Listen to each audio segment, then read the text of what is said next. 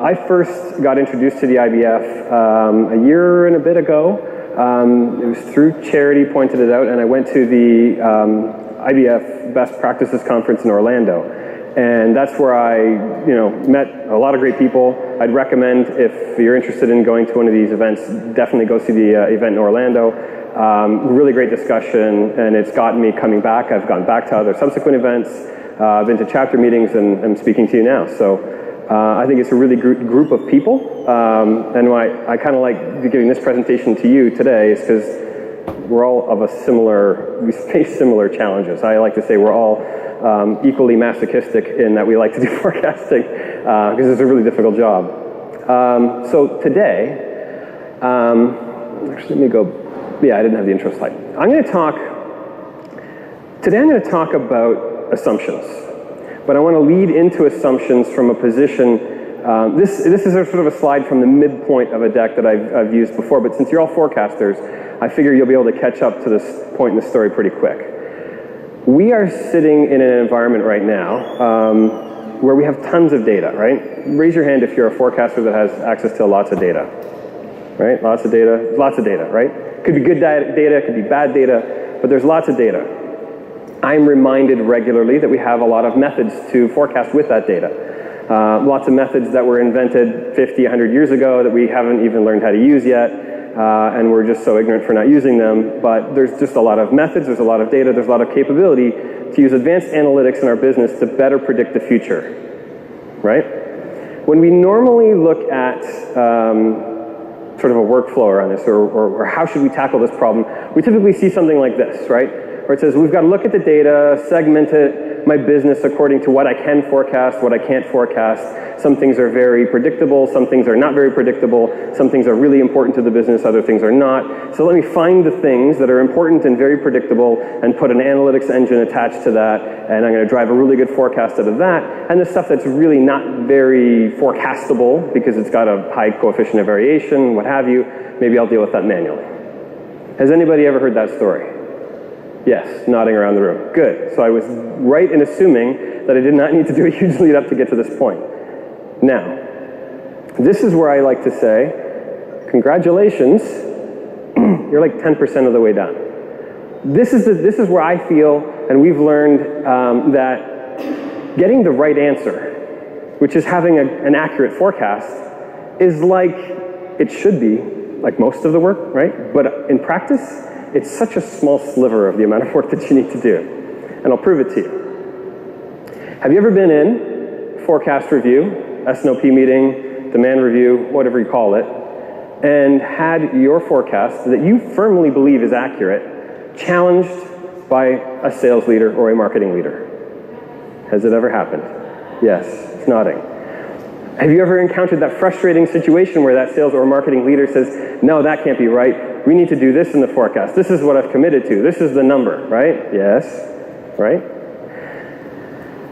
This is where, if you're all nodding, you would agree that getting the right answer gets you slightly there, but getting people to believe you, convincing leadership that your answer is in fact the right answer, which you know it's got a lot of math and science and proof behind it, that's a whole lot of work. And then even if you did convince that leader that it was the right answer, getting to do something about it, because knowing the right answer and then doing anything about it are wildly different things. Now, if this is our reality,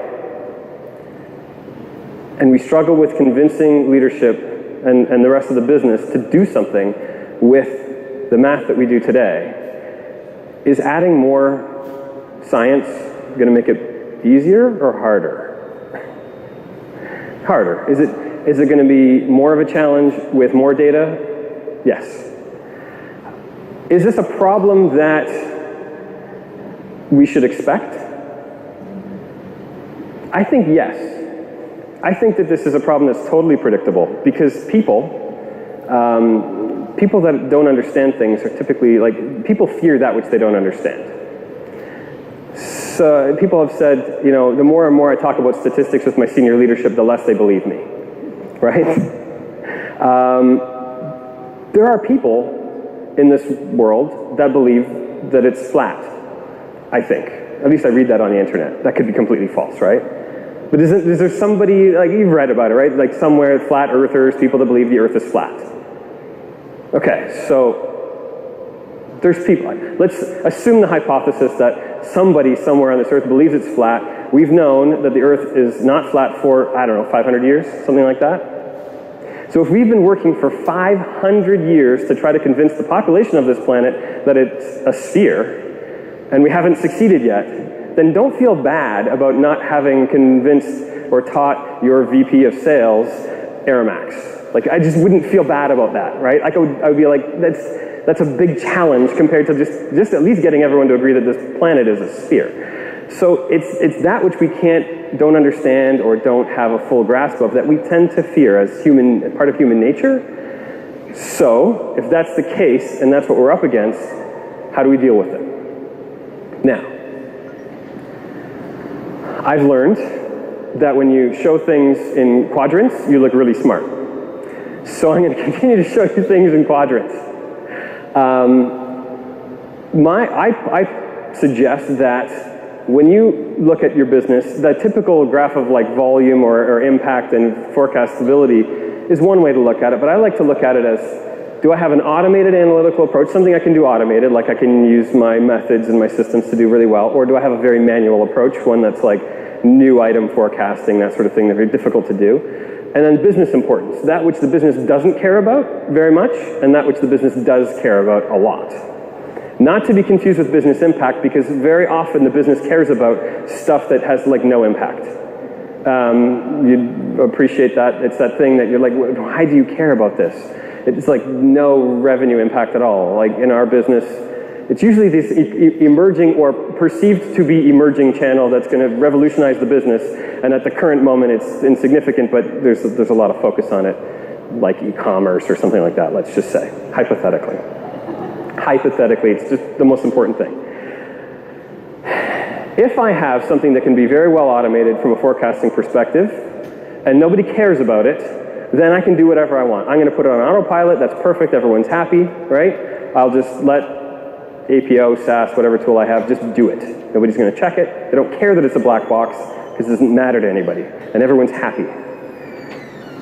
If it is very difficult to forecast, right, it requires manual work, and it's really important to the business, then I'm going to put my top talent on that. And everyone's going to kind of be like, that makes sense, right? I got my best forecaster on it, it's really hard, and everyone's paying attention to it, and you won't get into a lot of trouble with this. You really won't, because you've got your best people on it, and you're working really hard. And it's hard to work on, and you're going to be engaging with the business, and not too much room for mistakes there. Well, there's room for mistakes, but it'll be aligned. You run into problems when you've got something that's not very important to the business, but it takes you a lot of effort to forecast. Everyone has this desk. It's the desk that you get no Christmas card for. We have some parts of our business that are very difficult to forecast. They're very binary. You have an entire person who I'm looking at right now who has to forecast that, and it's just very challenging. You have to invest a lot of resources in it, and the business importance doesn't equate to the level of effort you put into it, and I say we have to contract with the business on expectations and manage those expectations. Now, the part of the mix, or the part on this quadrant that I think we run into problems with, is this part of the business that's really important to people, but there's an opportunity, analytically, you could like forecast this mathematically with like very high predictability, right? Like it's the part of your business, maybe it's like a cookie that we've been selling for 100 years that is circular and has chocolate wafers and cream in the middle of it, and it's very predictable, and you could totally put it on a stat forecast and get a really good accuracy with it. But it's so important to the business that nobody can just let you just use a black box. And this is where people get frustrated. Because you walk into the room, you know you've got a forecast that's highly accurate. Like there's 100 years of history, and you just know the answer, and then you struggle because you're speaking a different language. And this is what I want to talk about a little bit more. This area is where I think that we run into challenges because we have this gap or this void to bridge between analytical capability that we have tons of and the business culture that we're faced with, the people that run the business. who aren't fluent in that analytical capability. So, your company probably has somebody in sales, somebody in marketing. Maybe more than one person in sales and more than one person in marketing. But let's say that the sales and marketing people are in your demand review, hypothetically. Sales guy's got the tie on, that's how you know he's in sales. Now, this is a consensus meeting. This is a hypothetical consensus discussion. The sales guy says, I can sell $10 million worth of stuff.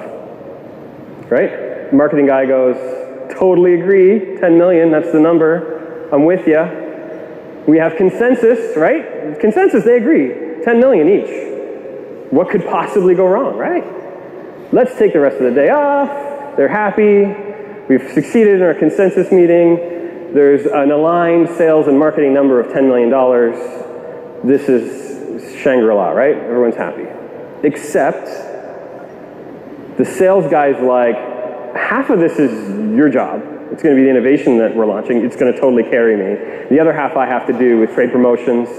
And the marketing guy's like, my innovation's not doing very much. I hope you know that. And I need you to make up $8 million on trade promotions. So it's the class decline, right? It's not the numbers. It's the assumptions that matter. So you're like, okay, I've heard this a million times, Greg. Assumptions are important. Yeah, they're critically important because things go horribly wrong if we don't know what the assumptions are behind the plan. Okay, so assumptions are important. Assumptions are important for a couple of reasons. One is to make sure that we're talking about a plan, not a forecast. Does anybody here know the difference between a plan and a forecast? Many of your leaders do not. The difference between a plan and a forecast. I define a plan as something you go and do. It is a set of instructions or a set of things I'm going to go and do to make something happen. A forecast is just what might result. And in this case, the forecast is the same, the plan is very, very different. We have attempted and succeeded at implementing some things that help us bridge that gap. Now, is this familiar? Look at that. Has anybody seen anything like that before? Look familiar? It's the SAP. It comes right out of the SAP Sales and Operations Planning tool. I know there's at least one person in this room that spent, or multiple people in this room that have looking away, that has spent a lot of time in the SAP S&OP tool. So some of you have seen something like this, right? It's got sales forecast, marketing forecast, demand planning forecast, consensus forecast. Right? That's the tool. That's what we've got. What's missing? There are no words. There's no words on there. There's no plan. This is what we've been given as forecasters or as IVP practitioners to work with, is tools that rack up numbers and have no place for words. They have no place for a plan. They have only a place for us to say, are we both agreeing to $10 million? But no semblance of have we agreed on how we're going to get to $10 million? And are we agreeing on the same things that each other is going to do in order to make that $10 million happen? Right? It's completely lost. It's invisible. You can't see it. And that's a problem. So, we've got workarounds, right? So we started, I don't know, years ago. When in my past life and in my current life, we've used workarounds. We've got pages that we put in our demand review decks or documents that we keep beside our forecasts that outline our key planning assumptions. Does anybody else do that? You have hopefully something that says maybe sales is going to go and do this, and marketing is going to do this, and the new products are going to be available at this time, and you have an assembly of Word documents or PowerPoint slides, and you maybe store them together close to the forecast, and you try to work that way, right? We do the same thing, so don't feel alone if that's what you do. It's great for communicating, it's great for presenting, but we felt years ago that there was an opportunity to further entrench this, to build this closer to the forecast. So, where did we start? And this is where I start to link something that we've done here, I think very pretty successfully, with the problem that I started with at the beginning, and where I said that if you want to be successful in your consensus reviews and your consensus meetings, the rule of those meetings, especially with senior leaders, is the best storyteller wins. The best storyteller wins. The person who can sell their view of what's going to happen better than the others in the room, with conviction, with facts and data, but sell the story and explain it in a way using the language that your executives understand, will win. They will have the credibility because leadership speaks that language. It's just the fundamental truth. They don't speak ARIMA models. They speak innovation. Our leaders speak innovation, advertising, inventory, price. Those are the words that our sales leaders, that our marketing leaders, that our business leaders use when they're talking about the business. So we listened, shockingly, to the way our leaders speak and the way they speak about the business and the way they like to describe a forecast, the way they would go to the board of directors, right? The way our CEO would go to the board and say, I'm confident that I'm going to hit this number next year. I'm going to do it by increasing my advertising spend. I'm going to launch these new innovations, and I'm going to reduce trade spending, and this is how I'm going to get to the number next year. So we recognized and listened to that and said, okay, if that's the language that's being spoken, then that's the language that we need to entrench into the way we communicate our plans. Is everyone following along so far? I haven't lost you? You're all kind of like, okay, kind of see this. This is the language that worked for us. It doesn't necessarily work for everyone else. Like if you're a software company, these are not necessarily going to work. If you're in a BlackBerry, a tech company, which doesn't sell hardware anymore, but it's a separate story I can talk about. But like these words wouldn't have worked at BlackBerry. Like it would have been a very different conversation about how we're going to destroy Apple and stuff like that. But it would have been just a different set of business drivers, right? It's what suits your business, but we had to identify what are the business drivers, what is the common language that we're going to use as a business to talk about our growth plans. We then built them into our documents. Like we basically trained, we got leadership buy-in that anywhere you're going to see a forecast, and I'll preface this right now by saying this is not easy, nor is it like a one-off change. It's a continuous change. You have to continuously drive this into your business and your organization. But we succeeded in getting people trained and accustomed at a leadership level to expect that when I'm being shown a forecast, I don't want to be shown a number. I want to be shown a bridge. And anytime I see a forecast, I don't want to just see, here's the number. I'm going to expect to say, where is the bridge? Using these definitions. Like this is what we trained them to look for. And it's really simple. It's arguably more complicated than it needed to be, but we started with what is our prior year, and then what change versus year ago are we expecting to see happen according to those different business drivers that we defined. The language that our leadership team speaks. So if I'm presenting a forecast, I can say, I'm going to grow, and this is, by the way, all made up numbers from years ago, but let's say I've got a plan to go to 4.1% growth. I can see it's mostly innovation driven, offset by distribution. So I'm going to launch some innovation, some new SKUs, but then I'm probably going to have to make room for it on the shelf by taking and discontinuing some old slower ones. And so that's what my plan is made up of. I've got some advertising spend that's going to go up, and this is the plan. It seems simple, but it was powerful for a number of reasons. One, those drivers are more or less aligned to functional responsibilities or accountabilities, right? Somebody owns those building blocks in the business, like the delivery of that. There's a person who's responsible for innovation. And by glancing at that, they can kind of learn to say, oh, geez, are they calling up the forecast on my piece? Like, is it innovation that's going up? Or if the sales leader is really responsible for trade, like, oh, are they counting on me delivering $4 million of revenue next year because of trade efficiencies?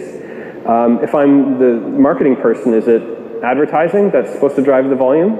Like people see their piece of accountability behind the plan on the page. And it creates one step better than just a number that nobody has any idea what the assumptions are, to exposing, not in a gory amount of detail, because behind the scenes, obviously, there'd be many, many more assumptions. But just that one step better than nothing was a huge improvement in terms of people understanding what the assumptions were in the plan that they're looking at, or what assumptions changed. Because again, if I'm looking at this to explain my forecast today, as we all know, you always have a plan until you choose to change it. So therefore, next month when I go into my consensus meeting, I'm going to be talking about the changes to the forecast according to these drivers. It almost sometimes becomes less important about what the absolutes were, but more about where is it changing. You know, so this month there's new news. Oh, I see a change on distribution. What's going on? Have we lost something? Has a customer delisted us? Have we got a new listing? Are there, you know, whatever it is. Have I got a new SKU going in? But it helps center and guide the discussion, but anchoring the assumptions to the forecast. Make sense? It seems like a simple thing. Not easy to accomplish, but tremendously valuable in changing the conversation in our demand meetings from sort of like voodoo, which nobody wants to talk about, which is statistical modeling, right? That sort of art that, yes, you need it in order to be confident that this has credibility behind it, but when you get to your senior leadership team, it doesn't get you very far, but also combines that ability to see functional accountability to the plan to say, do the people know what they need to go and do in order for this to become reality? Now, I'll take you one step deeper. We sort of stole from accountants. So as you saw, I kind of got an accounting background. So when I saw this, I didn't invent this. I won't take full credit for it. But when I saw it, I totally stole it and implemented it across the board here, because I think it's a really smart way of doing it. We don't forecast our business this way, but we communicate our forecasts in basically a general ledger. And so if anybody has any accounting experience, it's like a general ledger. It's a journal, right? It's a journal of what changed. And we track every month, like as you see down the left-hand side, we have a plan version. It's an Excel spreadsheet. It's not so fancy and expensive. But it's just a journal of what changed this month. And those what changed this month, the what changed are your assumptions. The description column there is the most important thing we fill in. And it's my thought process of, oh, I'm taking the call down, or the forecast down this month by $60 gazillion, and I'm putting to the right the impact that I've recorded, the $60 gazillion change, and I'm going to just write in words. Why am I making the change? I'm going to categorize that assumption, and my team's joking because they do a great job of writing these words all the time. It's an awesome debate over who writes the best descriptions. I personally love auditing it. But we write the descriptions more for the planner's own benefit, and then we categorize it, right? We categorize the assumption bucket that this sits in, right? So we pick from a drop-down, is this one of those 10 business drivers? If you do that, then it becomes easy to just sort of like roll it all up. We just roll this all up, and that allows me to get to that total top level, what is the forecast by key planning assumption.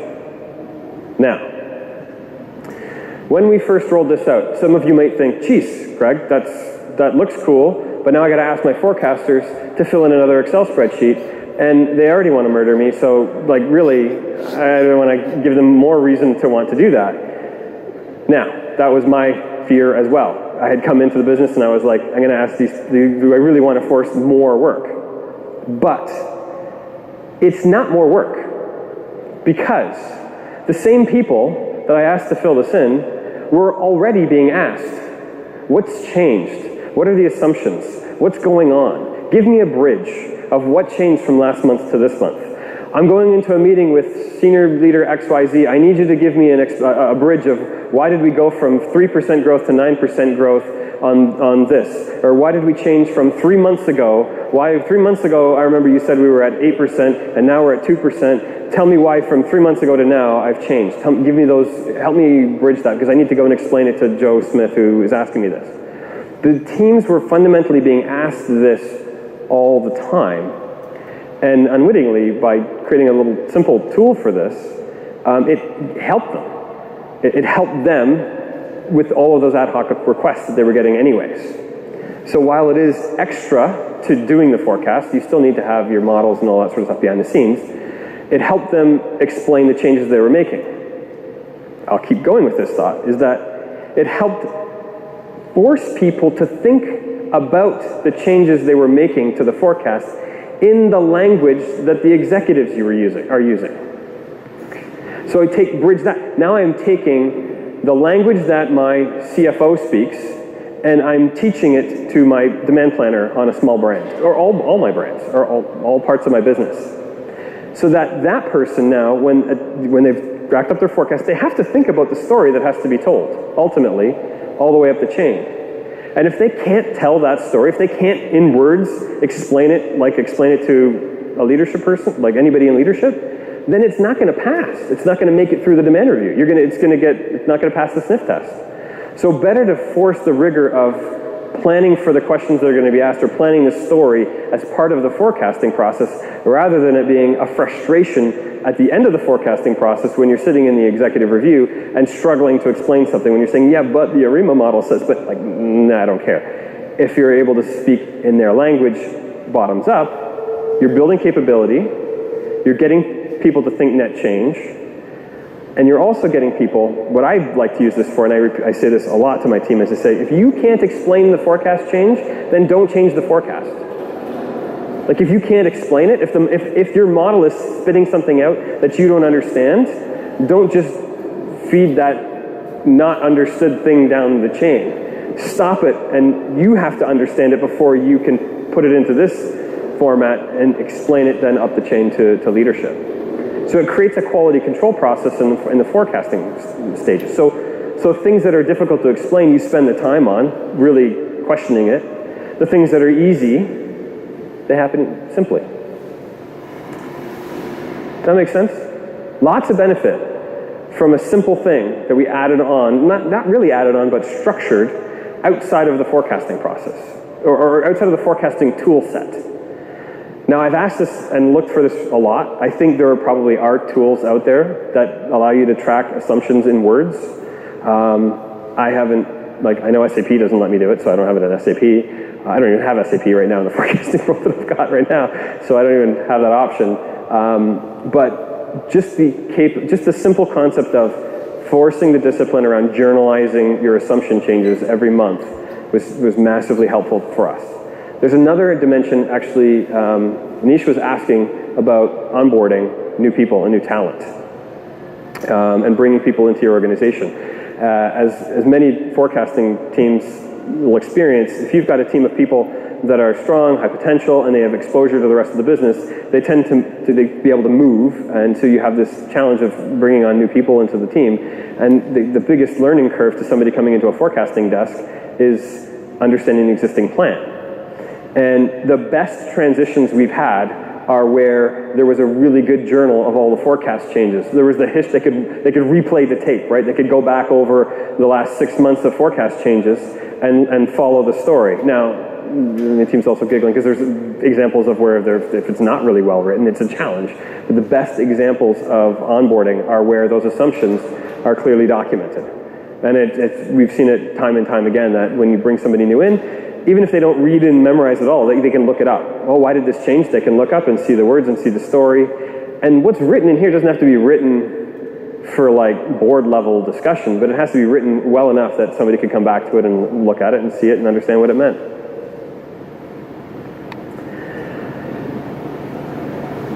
Everyone's tracking? Makes sense? Okay. Where am I on time? I am not doing too badly.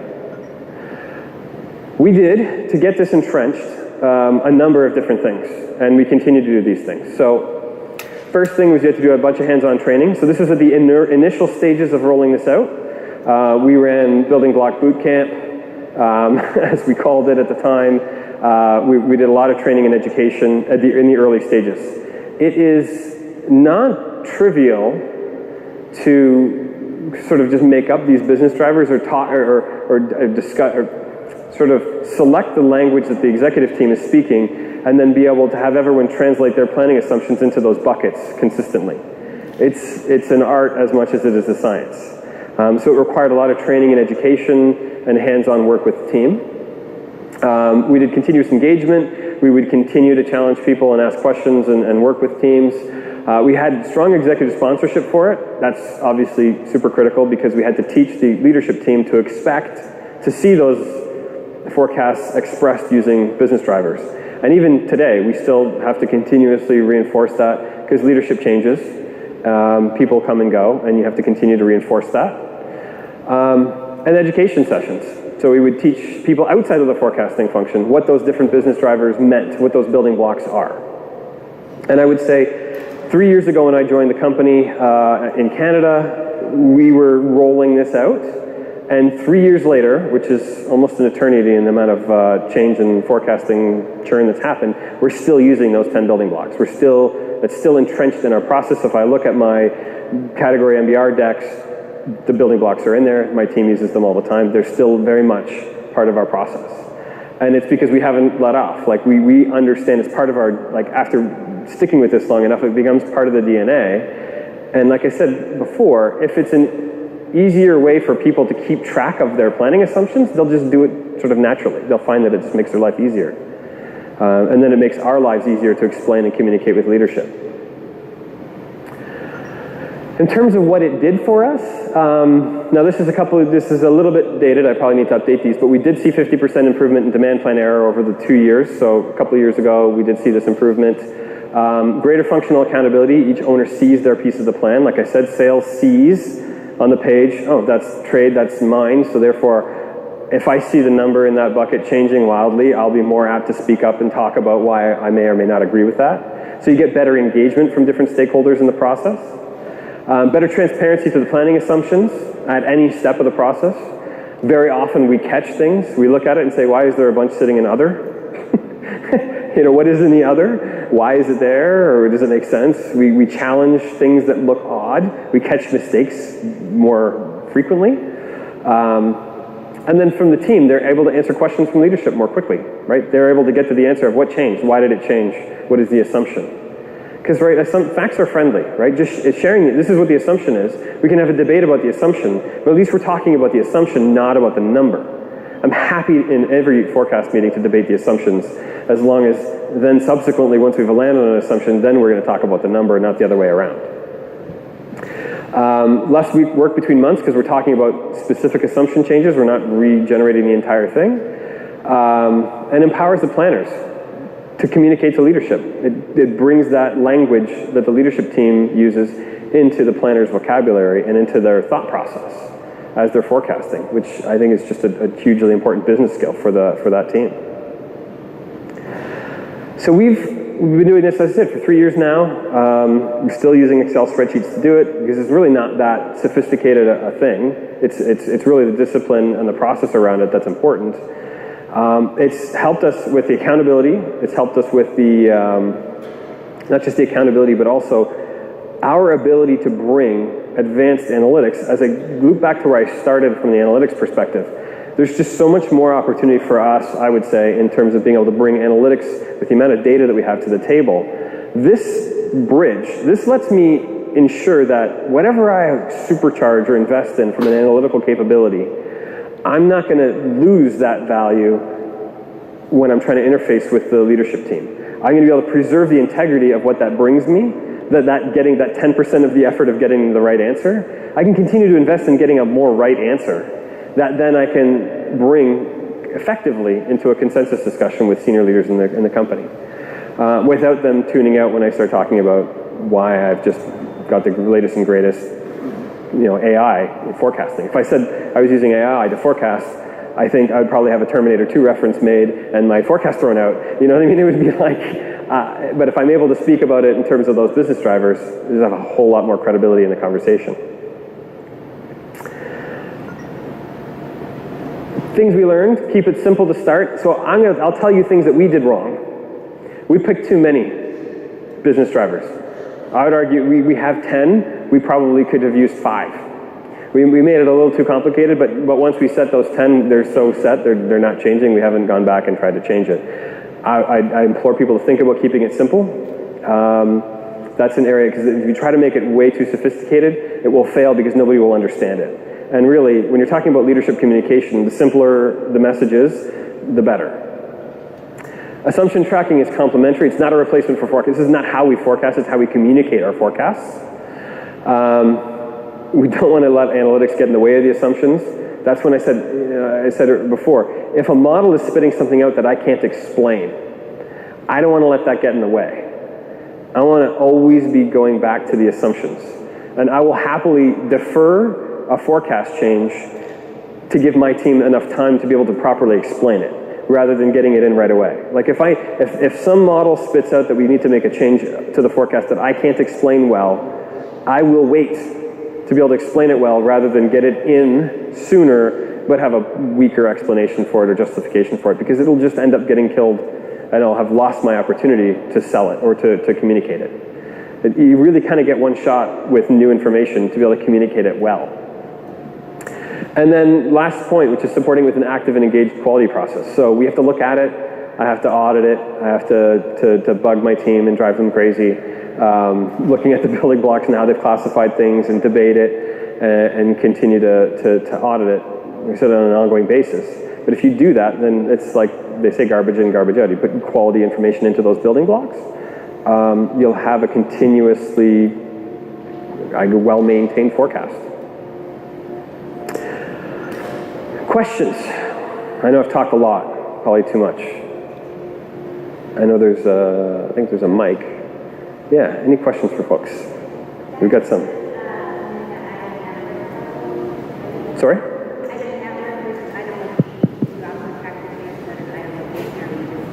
At a high item network level. So the question was, at what level were we doing this? And she was saying item network or item location.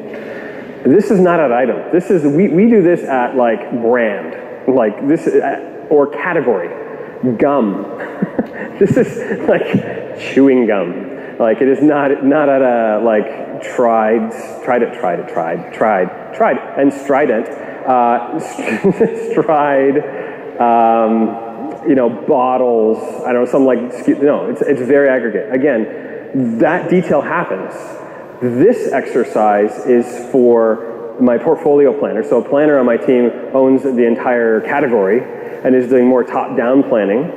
And it's for communicating those aggregate planning assumptions that I would then bring to a VP of sales, a VP of marketing, a CFO, that sort of level. So we're doing this at the level. You could do it at a SKU level. That's just not how we've implemented it. I don't know if that I would. The one exception, or a little asterisk, is on innovation. We're at a granular detail on innovation, but this isn't replacing other models that we would have for innovation forecasting. In fact, this has very little in it on innovation because there's so many other supplemental documents that we have for innovation forecasting that have like distribution builds and velocities and like products and like your proxy items and all that sort of stuff, that's where we keep all of that detail, and in here we actually simplify it and just say latest innovation forecast. Helpful?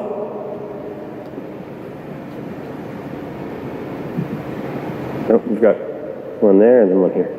I'm curious on how you validate assumptions that aren't directly tied to demand planning. Like, let's say marketing comes to you and they say, we're going to invest $2 million in media and we're expecting a $3 million lift. Mm-hmm. So without just taking those assumptions as facts, like how do you suggest on validating assumptions such as that? You wouldn't just take it as fact? Like with the marketing, you wouldn't? That's weird. Yeah. Basically, how do you manage bias? Yeah. So you having that bridge discussion that. Absolutely. So there's a couple things. One is, so there's forward-looking and backwards-looking to your question. So if I expect the marketing person to come to me with an assumption, I'm going to go and spend X dollars and I'm going to do this promotion. That's a good, healthy discussion. I don't expect them to own calculating the lift impact.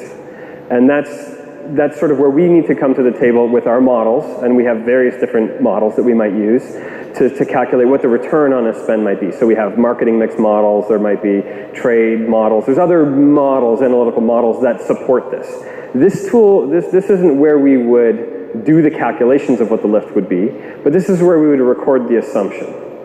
So, and there's two dimensions to that. I often say, I spend more time forecasting what my organization is going to do than forecasting what a consumer is going to do. Because it's like, model error versus assumption error, and model error is always really low and assumption error is always really large because it's the assumptions that matter. So the first I may have just a healthy level of skepticism and experience in the team to challenge whether or not, if they say they're going to spend $2 million of advertising, do I really believe them? But it's as important to be in a consensus meeting. If I have that visible, that marketing spend is what's driving the uplift, and it's on the page, then at least it's visible to the finance person who's in the room and saying, I never allocated budget to you to spend that much money, or the salesperson or other people in the room. I make it a consensus discussion around, do we all agree that marketing is going to spend $2 million and get this lift? And if everyone agrees to the plan, then we have an agreed plan. That's better than a not agreed plan. Now, in terms of after the fact actualizing it, like saying, did it actually happen? That's one area where I would say you have to really be thoughtful about how you categorize those business drivers. If I go back to my picture here, some of these things overlap, which is a thing we learned probably the hard way. There's difficulty in discreetly saying the consumer buy this because of X, Y, or Z. So we have some models that allow us to actualize, some models that don't. Again, that comes down to some amount of judgment from a planner and other analytical models that they might have. At the end of the day, though, the way we categorize it here has to resonate with the leadership team. So I may be inclined to actualize the forecast or bucket it, again, in a way that the leadership team believes it to be materializing. I don't know if that helps. It makes it more or less confusing, but that is an influence on it, right? So, and then in terms of bias, again, by forecasting and actualizing the different planning assumptions, I can see which assumptions have bias. I can narrow my bias down from just total level bias. I can say, hey, I have bias on trade, because I have or bias on innovation, which we all probably can calculate that anyways, but I might have bias on my distribution. And distribution is very easy to actualize because we get Nielsen scanner data, and I can actually go in and see, am I growing or losing distribution? And I can say, hey, you know what, we always overcall distribution. And that's a source of bias, and I can fix the distribution. It helps me narrow the scope of things I'm looking at to squash or eliminate bias from my forecast. And that's a huge benefit that we have. Eliminating bias is about just eliminating places to look for the bias, and then getting down to those key assumptions that have the bias in them. So hopefully that answers the question there. Question in the back. So I'm curious as to what tool you use, if you use a tool. I don't know, I heard Excel, I don't know if that's what that is. And then, so what tool do you use, and then how do you manage uplift? So my experience is we had a tool, we would produce baseline, it was sales responsibility to enter uplift, and we would validate that, right? And then in the consensus meeting, we would kind of do that global cross-check to make sure that everybody was okay with it. So how do you do that? Tool and uplift, how do you manage Tool and uplift. Tool is Excel. It's Excel. In our business, in our broader business, we have SAP, we use APO, but my team we sit in marketing. We're not even in supply chain or anything. We sit in the marketing, and we do forecasting at a very aggregate level. We have to forecast not just what Mondelez is going to do, we forecast what our competitors are going to do, what the category is going to do, we forecast all those things. So we're very aggregate right now in terms of our forecasting. We do things at a high level. We're literally living in Excel spreadsheets. Should be no surprise to people. Most used forecasting tool on the planet. We are investigating tools right now. So absolutely, I'm shopping. I need tools to support. So the answer is sort of like, I have not what I want, but I'm looking. On the uplift question, we use a lot of history, right? Like historical calculations. So, I mean, we have a lot of examples. Like, there's not a lot of new ways to promote cookies and crackers. I mean, I'm sure there are in terms of new channels, but there's a lot of just good data. Like if I've got something on rollback at Walmart, I've done that before. So I can look at the historical data, and the people on my team, they look at historicals and say, well, the last 800 times you've done this, it did this lift. Here's the parameters that I might use for the future expectations of that. But that even goes outside my team. That sits within the sales team. There's a trade management team.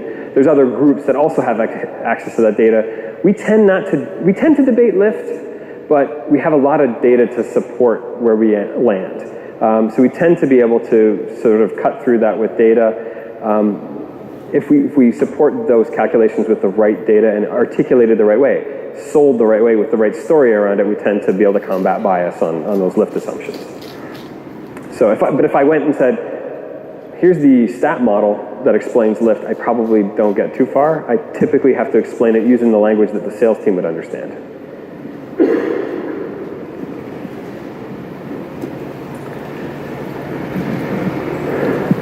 Thanks. I just have a question. I don't know if you answered this before, but the numbers you're using, is that consumption or is that shipment? The first, actually all of them, but all of them? The starting line. It's a really good question. On this bridge, this is revenue dollars, because that's the language that our sales team is speaking, right? So I can speak the same language as basically, my sales team. Shipment then. Shipment. Right. But behind the scenes, some of these things are clearly consumption driven, and other ones are clearly like shipment inventory driven, and some are unfortunately a blend, like innovation, because it's going to have some pipeline and some consumption. Behind the scenes in our models, there's actually some sub lines in some cases where we differentiated between consumption and shipments, so that we can have that separation. That's actually something that was not contemplated well enough when we initially rolled this out. It was sort of let's start simple, right? Which was talk revenue building blocks that we could speak at a senior level. An area that I would have, if I was doing this over, I would have clearly differentiated consumption business drivers or building blocks, and then the bridge between consumption and shipments, which would be your trade inventory level changes. You know, in hindsight, I would have done that a little differently, but we do it today in behind the scenes with this.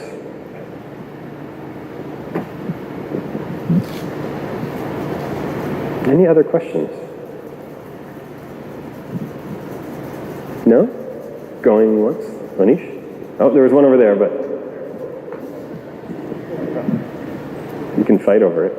Oh, I just had one. Does this information, it's very interesting, does it help you with recalls in any way?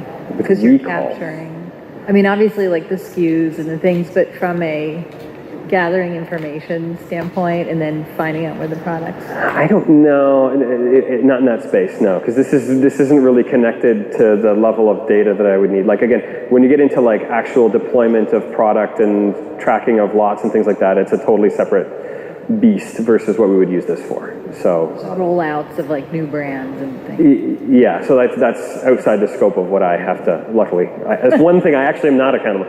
And maybe the only thing I'm not really asked to do, so it's good. But yeah, it doesn't really. Thanks, Craig. The journey that you were talking about of having this discussion about assumptions, was that at Mondelez or was that in your previous role? Because I'd like to know if you were able to see report some of the financial benefits that you saw from getting to this point, or sort of a before and after. So, as we said, from a forecast error perspective, we were on a progression of improving our forecast error, and have seen that benefit from this. It's the forecast error. It's not directly linked to this, except for the fact that you could say, I now have a better way of bringing my intelligence into the conversation and having more wins at the table, right? Like having less.